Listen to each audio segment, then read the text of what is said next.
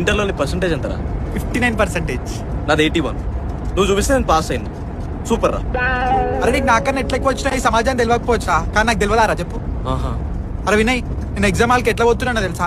Exam just half an hour ముందు నిద్రలు వేసేసి హాల్ టికెట్ తప్ప ఏం తీసుకోకపోతున్నా ఎగ్జామ్ హాల్కి. అడిగి పోయినాక ఒక చదువు బిడ్డ దగ్గర ఒక బ్లూ పెన్ తీసుకొని కోడికి గెలికేసి వచ్చేస్తుండే. కానీ అట్లా కాదు, blue pen, black pen, red marker, green marker మొత్తం స్టేషనరీ షాప్ తెచ్చుకుంటుండే. నేను రాసిందే రాస్తుండే, కాకపోతే సైడ్ హెడ్డింగ్ కి రెడ్ మార్కర్ తో హైలైట్ చేస్తుండే, కింద సబ్ హెడ్డింగ్ ఏమో గ్రీన్ మార్కర్ తో హైలైట్ చేస్తుండే. ఇక మార్జిన్స్ ఏమో మొత్తం బ్లాక్ పెన్ తో కొడుతుండే, మళ్ళీ బ్లూ పెన్ తో రాస్తుండే. ఇది కాకుండా ఇస్తుంటే హ్యాండ్ రైటింగ్ ఎందుకో తెలియదు, జబర్దస్తుంటుండే. ఇవన్నీ యూజ్ చేసేసి పెళ్లి కార్డు ముస్తాబ్ చేసినట్టు చేస్తుండేరా. ఇది చూసి ఆ కరెక్షన్ చేస్తాడు నేను చదువుల బిడ్డ అనుకోని చదవకుండానే బర్ర మార్కులు వేసి పడేస్తుండేరా.